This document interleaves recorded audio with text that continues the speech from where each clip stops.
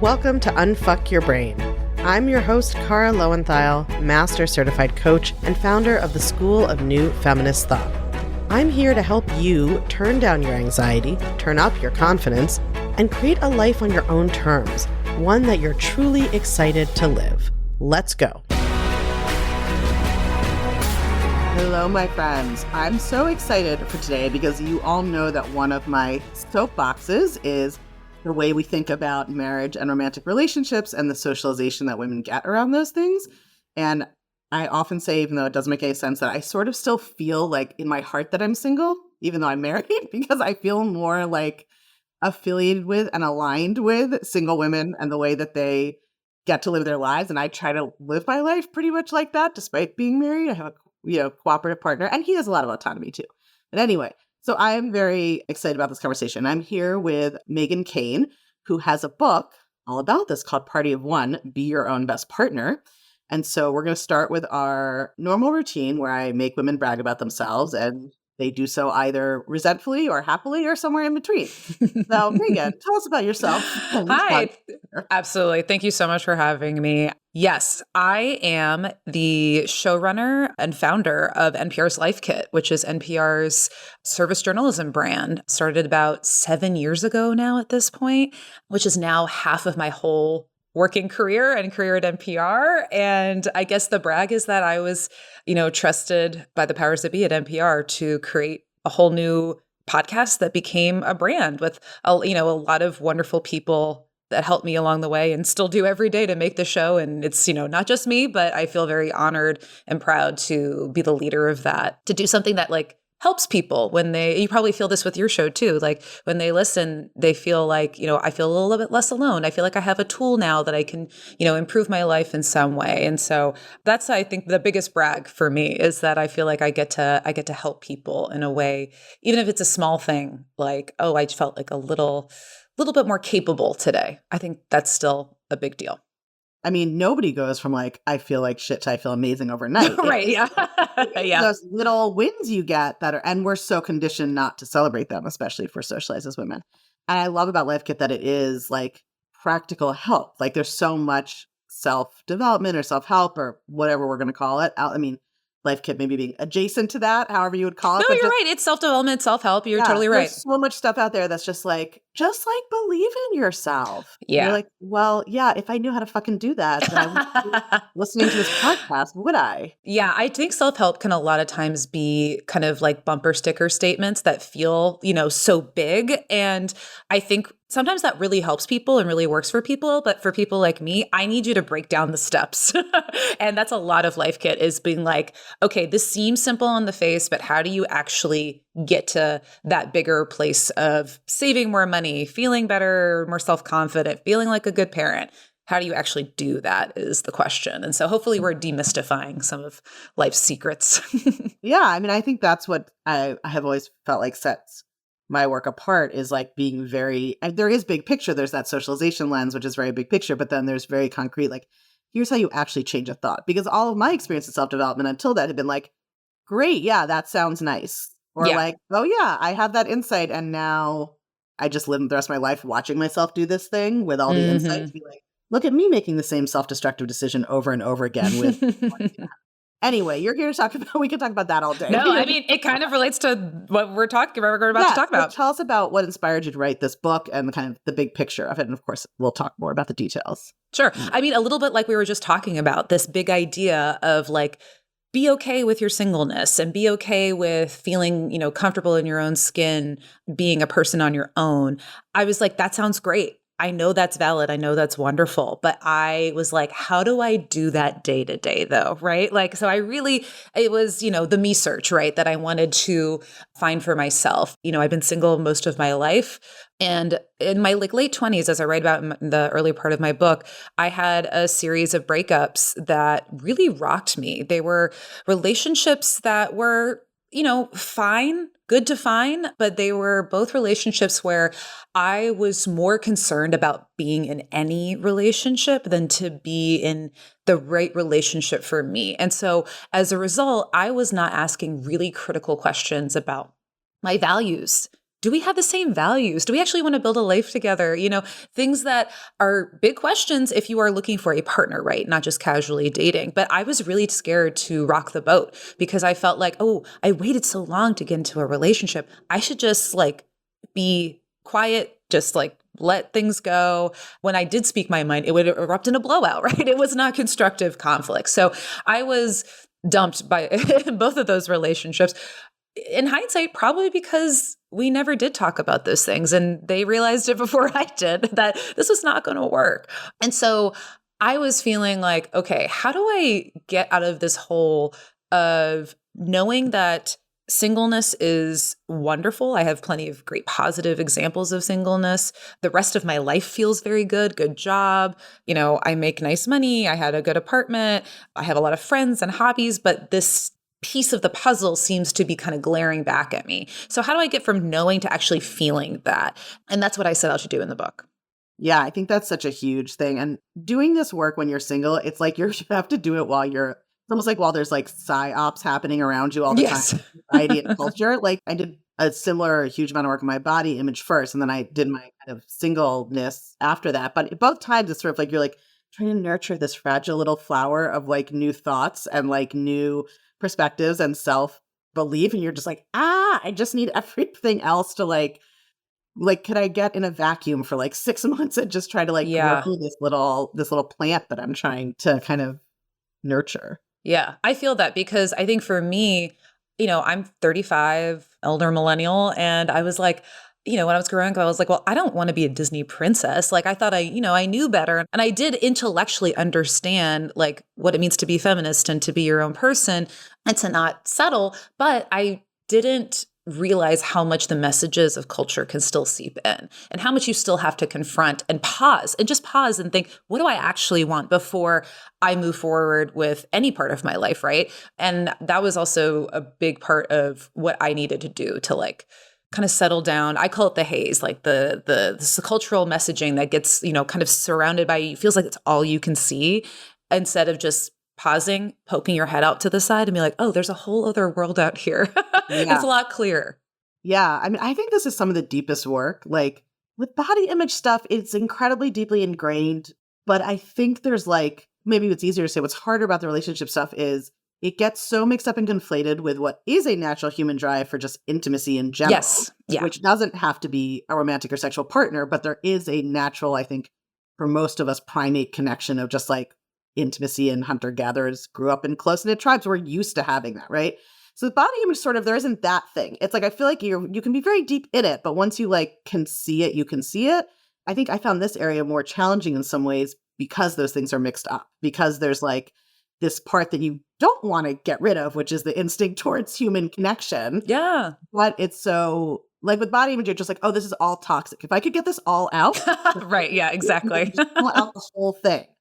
But with the drive for human connection, it's like part of that is valuable, part of that is natural. But then the way it gets channeled into like, no, only this kind of connection matters, and it's going to validate you, and it's going to save you, and it's going to give your life meaning, and it's going to mean you're good enough, and everybody will respect you and think you're good. Like there's so much put on it. So I'd love to hear, let's start with the Disney princesses because Yes. all of my listeners, I think, are like you and like I was, which is, yeah, I intellectually get this, but my emotional reactions to things happening around me, right? I talk about in my book, like, yeah, intellectually, I think like nobody should need a man and the patriarchy, blah, blah, blah. But like some dude named Chad hasn't texted back on Tinder. Right. Yeah. Getting out of anxiety, even though I don't know his last name, but now he is the sole arbiter of my worth and self-esteem for the next 3 years. Oh, I know. The Chads of the world. I know. God. Poor Chad. There's probably some nice Chad. Yeah, statistically, there's like, got to be. I want to learn this. I'm trying. So how do you think those stories, those kind of Disney stories that we grew up with, impact our view on romantic relationships and singleness? Yeah. I mean, I think that this is something that a lot of people have pointed out, right? I'm not the first, but like a lot of those stories end with they get together, right? And you don't see what's on the other side of a relationship. Now, when a relationship's good, it mostly feels easy and like you can come to your partner and talk to them and, but it's still intentional, right? Rather than just now here is your adult coronation this wedding, and now you will be happy forever, happily ever after, right? And I think there's obviously so many misconceptions packed into that. And a big one is that happy is a destination, that it is a fixed state. Happiness is an emotion that comes and goes, You just are like singing every our emotions. song on this podcast. This is great. I love it. This is like Oh, people can good. hear things from their parents, but they can hear it from somebody else. Yeah, totally. But yeah, I mean, it is easy to think, okay, like you get this thing and then everything else is solved when it takes, I would say, just mostly intention, right, to build good relationships. And also, a lot of those stories about how people come together and partner up are based on things that are like solely like the chemistry or how hot they find each other, right? And like those are part of the puzzle, but again, it also comes down to what kind of life do you actually want to build together? Do you have similar values? How are the ways that you feel like this person adds to your life rather than completes your life, right? And those are messages that are not neatly contained in rom-coms. And I write in the book. I love rom-coms. My favorite, I actually have her book right behind me, is Nora Ephron, books and movies, because I think what those show is that friendship makes up a really good part of a relationship. And you're kind of falling in love also with someone's personality, how they make you feel, and like that ease that comes up, where if it's just oh my gosh, I used to hate you, but now I like you kind of trope, that's not a lot of like ground Also, for a such relationship. weird trope. I feel like that's just socialization, telling women like, if somebody seems distant or mean or weird, you should probably fall in love with them. Like, Yeah. I, it's almost like maybe it's just it's a manifestation of what women are socialized and trained to do, which is like feel bad enough about ourselves that if somebody can like activate that in us, we become desperate for their approval and acceptance. So it's so Yeah, much totally. dramatizing that.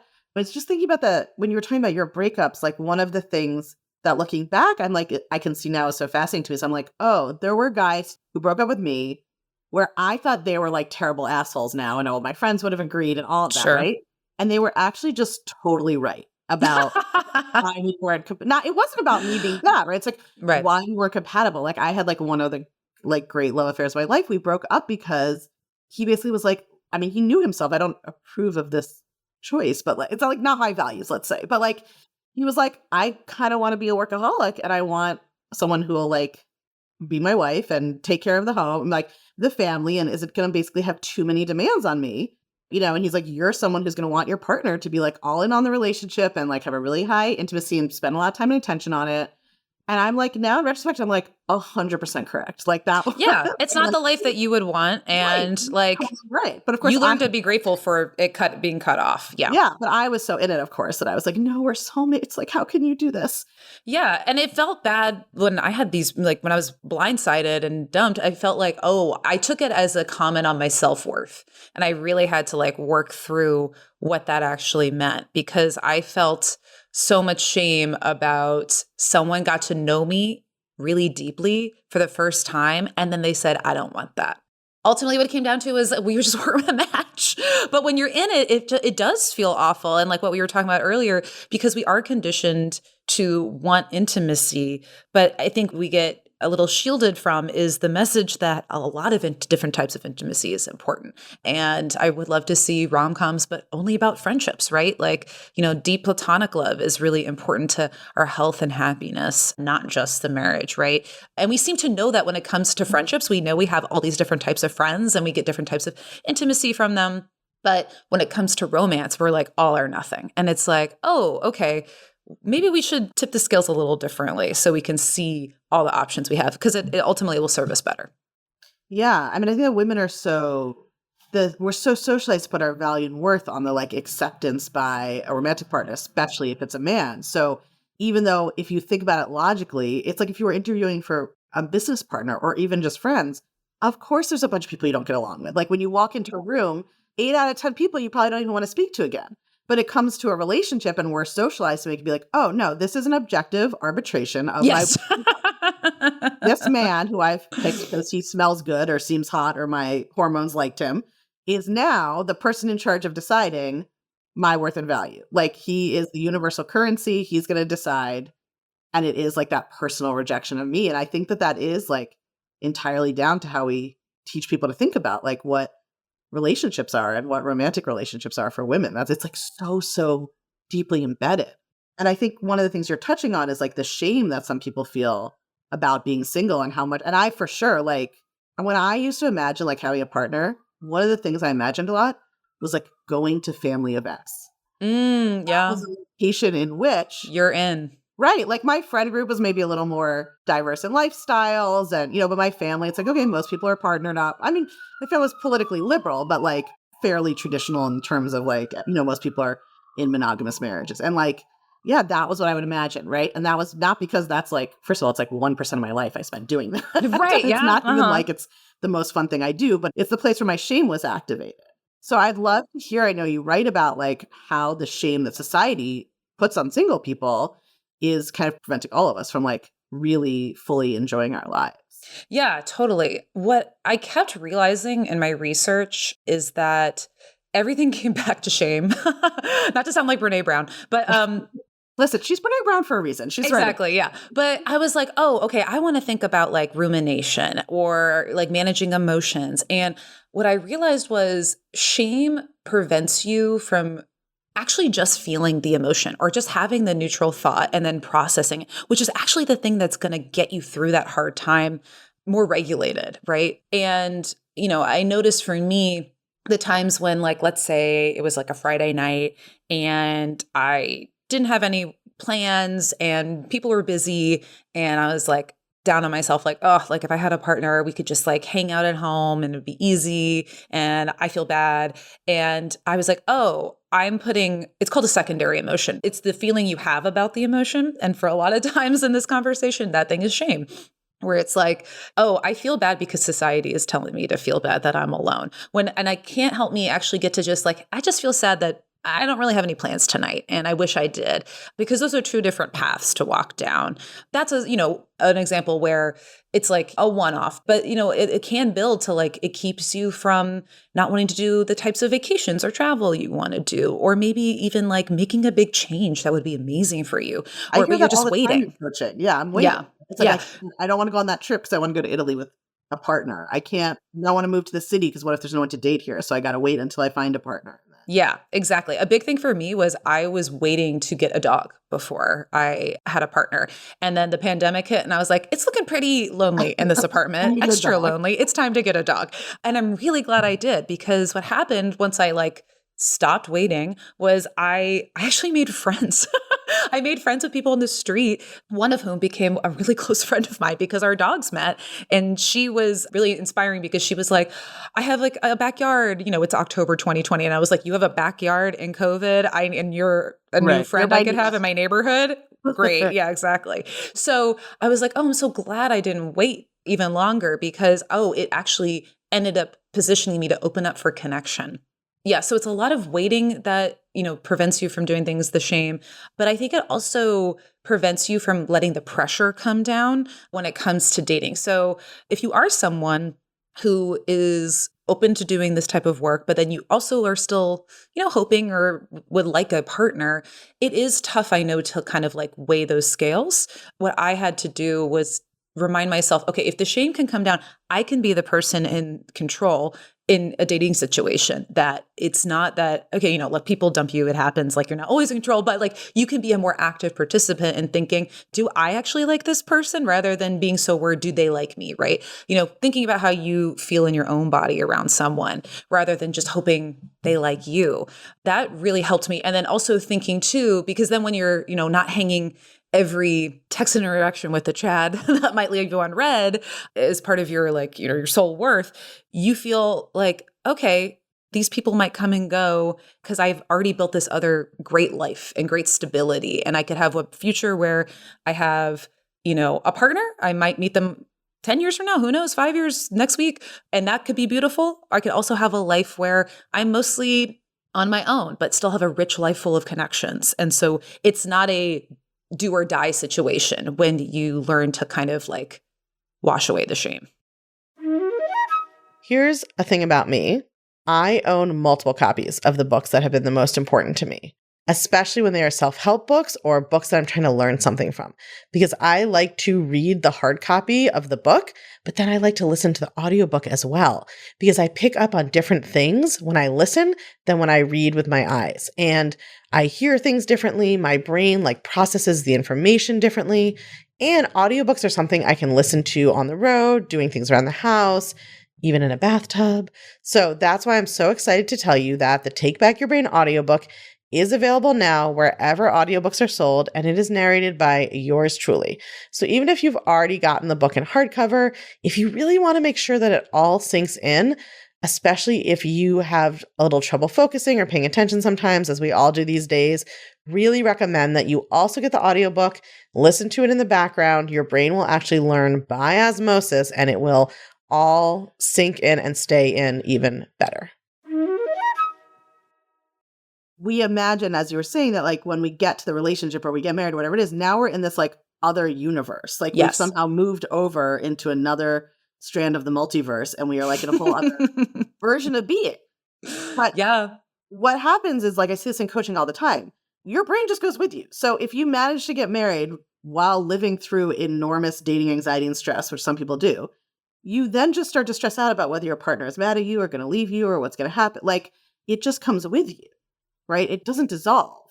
And I coach so many women who are getting divorced, and like that, maybe it's quieted while they're married. Now it's right back up. Like those thoughts are right back there. Right. And so for me, it was like I had to do the work to be happy in my single life fully. And then I found a partner, which is nice. I like him. But like if something got, knock on wood, I don't want him to get hit by a truck. No, but please, like, if something happened to him, obviously that it would be terrible in the grieving sense. But I know that like, I think of myself as I'm in my own life and I am the like main character in my own life. And my relationship with myself has really nothing to do with the circumstance of whether I'm in a relationship or not, or I'm married or I'm single. And like women are so socialized that we are not the main character. The main character is our romantic status, and we are like a sidekick at best to like that. So then our whole relationship with ourselves and our whole concept of our lives depends or revolves around what is our romantic status. And I think that is like the deep mind fuck of the socialization. Yes. Right? Oh, completely. And it leads to what you're describing, where you're in a relationship being like, okay, if I can just keep quiet and fake it for long enough, I can get married. And then my prize will be being married to someone. And faking it for the rest of your life. Right. What is that? But that's when you're in it, that seems logical. You're like, yes. The point is to get validation and feel okay by getting married.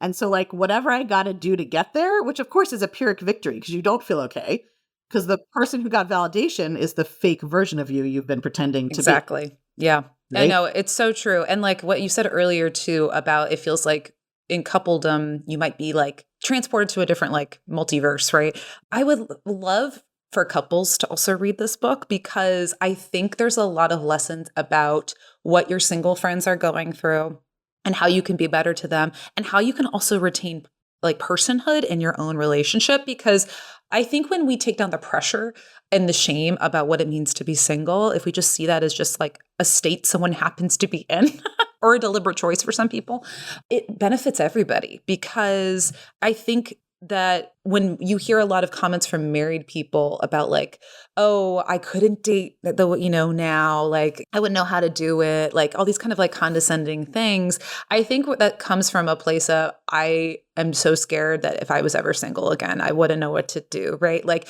so it's like if we make singles so horrible looking to everybody, then people stay in relationships they don't want to. They alienate friends, right? And then friends then don't feel like they're getting support from people. So I feel like just recognizing all this different type of relationships and love that you can get and how we can, work together on this also to kind of take down the shame. It just benefits everybody. 100%. I talk a lot about like, I went through a real grieving process of like grieving being single when I got married and when I partnered up, which I don't feel like people talk about because women are not socialized to value autonomy. We're socialized to value like service and interdependency or codependency. And for me, it was like very not traumatic, but it was like, well, it brought up, I mean, that's the other thing. It's like, you imagine it's gonna be all happy.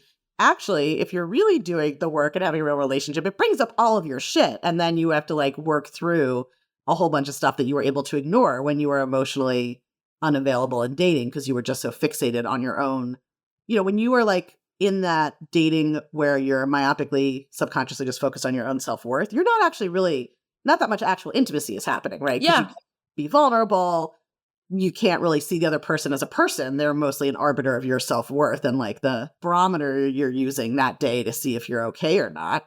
So I think, one of the things I end up coaching a lot on is women who think that they are super emotionally available and all these men are just emotionally unavailable, but like they're not really available because they're all focused on themselves and their own worth and value and how dating is reflecting that. Yeah. Yeah. That grieving thing is really interesting because I think that what probably came up for you was like, oh, that chapter of my life is now officially over. And I didn't maybe get to savor it as much as I wanted to potentially, or like you just can't go back. Right. Or I like, think when for I can't me, go back, but like, it's like, yeah, it is a we mark. might still go back. Yeah. I mean, it's like a demarcation, right? And it's Yeah. like, oh, I didn't even realize that I was in this really special time in my life of singleness until you're out of it sometimes, right? I think I think I did feel pretty acutely aware of the great parts of being single because I'd done this work. But I think the grief for me was about possibilities. That there's Yeah. something Sure. people underestimate about being single, I think, is like, is that freedom and autonomy and possibility of like your life can turn out any way still in this very significant manner. And then for me, I think specifically also because I was like location independent and my business is self-supporting. So I really was like, who knows? I could marry a Duke of Monaco. I could like be single forever. It was like literally just completely open. And so there was a grieving process of being like, oh, those alternate versions of me, right, are not going to exist in the same way.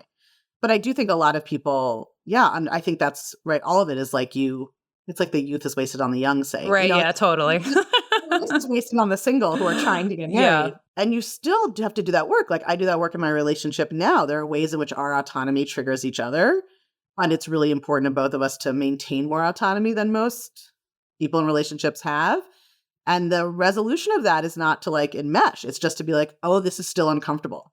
I'm married to this person and I'm still uncomfortable with their autonomy and they're still uncomfortable with some of my autonomy, not because we're controlling, but because that's a tension in healthy intimacy, I think, is like allowing an amount of autonomy in the other person that may trigger your control stuff, but that you kind of respect. But nobody imagines any of that when they're in the fantasy of it. It's just No, like, of course not. Yeah. And I think that's, it's good to hear because when you are, as you know, in the trenches of singleness, it is easy to be like, well, married people have it all figured out. And there is a lot of endless privilege that comes with being yeah, married, right? And I think single people do have the opportunity, though, like you're saying, to imagine life in all these wonderful ways. And like, I know it's a popular term to like romanticize your own life, right? Like, it is cool to think of all the possibilities that are in front of you. And that is a huge, wonderful thing that I think goes ignored sometimes for some people. So, yeah, it's very striking to me how many women who get divorced are like, oh no, I'd never get married again. Like, because a big part of it is that validation. It's like, done. Now I don't want to deal with that. That's not everybody, but like the statistics are pretty clear about remarriage rates and about single childless women being the statistically happiest group in society. mm-hmm. So I think picking up on that and coming back to the thing we always talk about in this podcast, obviously our relationship with ourselves is like the longest relationship we're ever going to have and usually the neglected one. So how do you think that we can get better at sort of being our own partner through, that's a huge question. Obviously, it's the purpose of the whole book in some ways, but what are some ways you think people can start, since we both love that kind of concrete, like, here's a thing you can actually do or think, like, what are some ways people can start, paying that attention to themselves that they wish a partner would pay to? Yeah.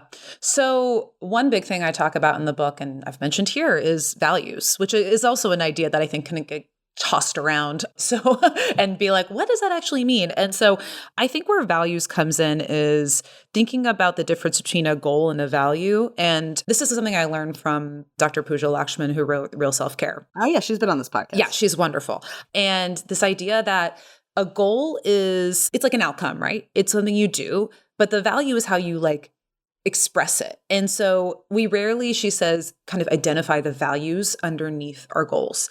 Let's say you want a partner. It's like, okay, it's kind of asking like why 5 times. and being like, okay, well, maybe it's like, yeah, of course you want intimacy. Of course you want connection. But then it's like, oh, do you see how like these are things that the values underneath that? Like I value connection. I value community. Those can be expressed more flexibly than just a marriage, because the problem with a goal is that you're either passing or failing automatically, and values are much more flexible. So I would say for anyone, get really clear about what values you are actually expressing now. Like, how does your behavior indicate your values? Because sometimes I look at a list of values, I'm like, well, technically all of them, right? Like those are all good None of things. these seem bad. These all seem positive. There's this great psychologist at the College of William and Mary, and he has this great values inventory that you can take on. It's like the life values inventory. It's really great because it's like helps you boil down what values are you actually paying into right now in your life? What are you paying less attention to? What do you want to pay more attention to? What do you feel more neutral about? And it's not like it's not shaming anyway. It's like actually giving you a really clear picture about like what is actually important to you right now and what do you want to work on. So I think that's a great way to start getting really clear about what's important to you, how you can build that extra stuff in that maybe takes up some space in your head about what a relationship you think might do. So it might be things like traveling or getting involved in your community more, taking up a hobby. I feel like single women have the most hobbies. It's amazing. Like, they know how to do this. But like, I'm reminding you all that like, that is not for naught. Like filling your life fully is very important. And so I think that's a big thing. And then I would also say thinking about how you talk to yourself and the story that you tell yourself. I think one of the hardest parts about just being a human is that you really are like locked in with your own brain. Okay. And it Yes, is. I've done 400 podcast episodes. Yeah, exactly. Yeah, human. exactly. And how we talk to ourselves really impacts our mood and the weather of how we experience everything. And I was telling myself a really damaging story about how I was the rebound girl. Like I was the person that someone dated right after a really big, supposedly more important relationship. And then I helped them get over it and then they would move on. And that was not very helpful. Yeah, it's a beautiful story, right? You're like, I can tell certain stories. This is the one. Oh, yeah. As a journalist, I love, I love theater. I love novels and movies. Like I know how to connect the dots, right? And like make a narrative. And sometimes it's not about creating the narrative. It's about, okay, this is just a thought I'm experiencing, not giving it a lot of weight. And I feel like that has been a really helpful thing with me and just finding what tools work for you.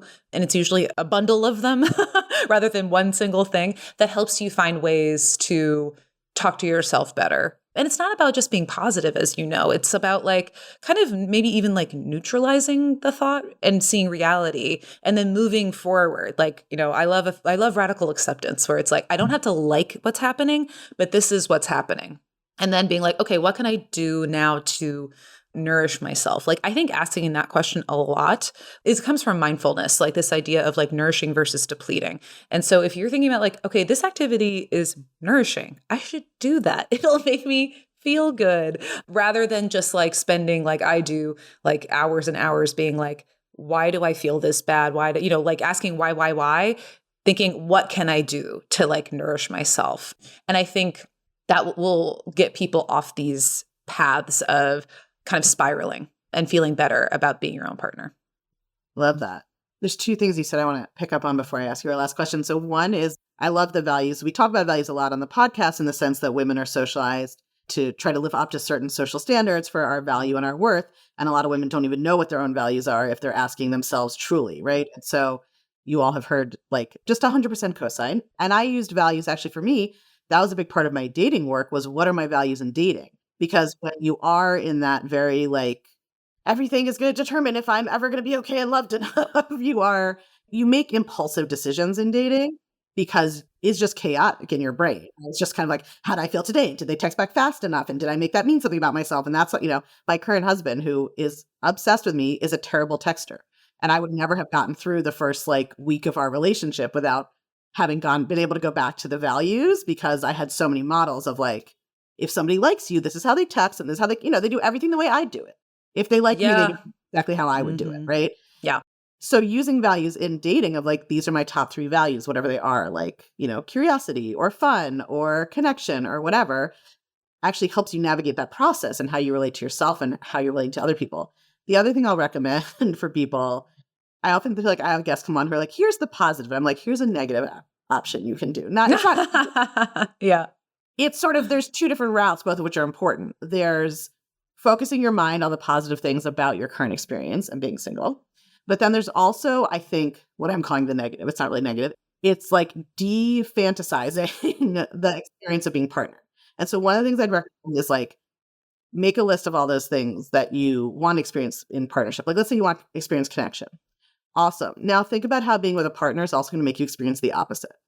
So I get to experience connection with my husband, and then I get to experience really devastating disconnection when my brain decides to hijack my day and tell me that I can't believe he forgot to do this thing, and therefore he doesn't love me, and therefore blah, blah, blah, right? Like, and I don't think that means anything. He does love me. I love him. This is having a human brain.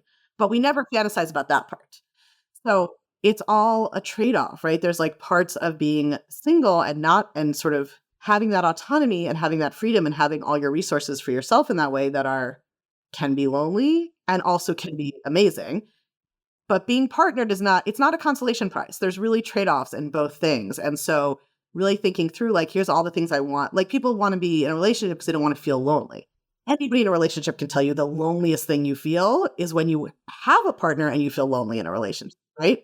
Because you don't even have the fantasy that like someone will come save you from it, right? Like that fantasy's gone. Yeah. Well, it's the same thing, right? It's like de-fetishizing kind of the...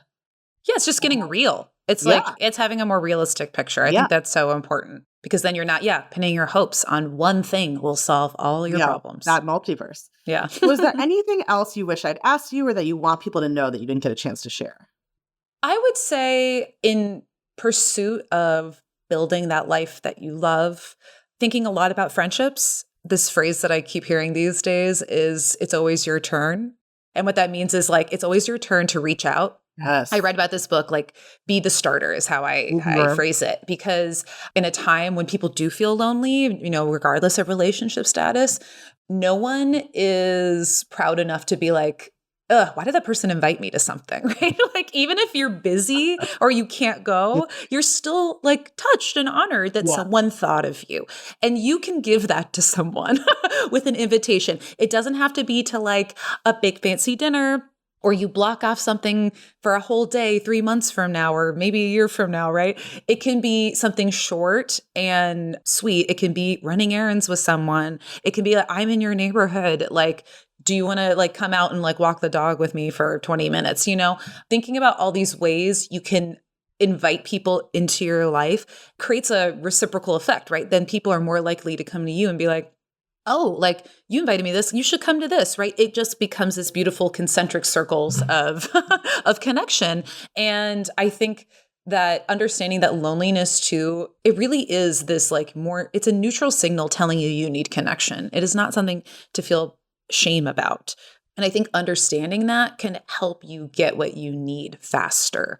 And it's okay to feel lonely, but it is a signal saying like, hey, you need to reach out to someone. And I think that's, they're very real barriers in our society about how we live, who we interact with, right? That can prevent us from feeling more connected than we would like to. But there is opportunities to find connection and build it, even in these little spurts. Yeah, I love that. It's almost what's coming to mind is it's like hunger. Like there's the natural signal, then there's all the cultural baggage we put on top of like what about it. Like if you feel a desire to connect, natural human need. That's not a natural human need to be married and living in with a white picket fence. Like that's the social construction on top of it. The need can be met with any kind of human connection. Yes, totally. So good. So people can buy your book everywhere. They should go do that. But is there somewhere in specific you would like people to find you, follow you, get the book? Sure. Yeah. I'm on Instagram, Dame Keane. Keane is spelled Keane. You can also find the book and order it through meghanvkeane.com. Again, Keane. And then listen to Life Kit on NPR, anywhere you get your podcasts. Amazing. Thanks so much for coming on today. Oh, thanks so much for having me. Appreciate it. If you're loving what you're learning on the podcast, you have got to come check out the Feminist Self-Help Society. It's our newly revamped community and classroom where you get individual help to better apply these concepts to your life, along with a library of next-level, blow-your-mind coaching tools and concepts that I just can't fit in a podcast episode. It's also where you can hang out, get coached, and nerd out about all things thought work and feminist mindset with other podcast listeners just like you and me. It's my favorite place on earth, and it will change your life, I guarantee it. Come join us at www.unfuckyourbrain.com/society. I can't wait to see you there.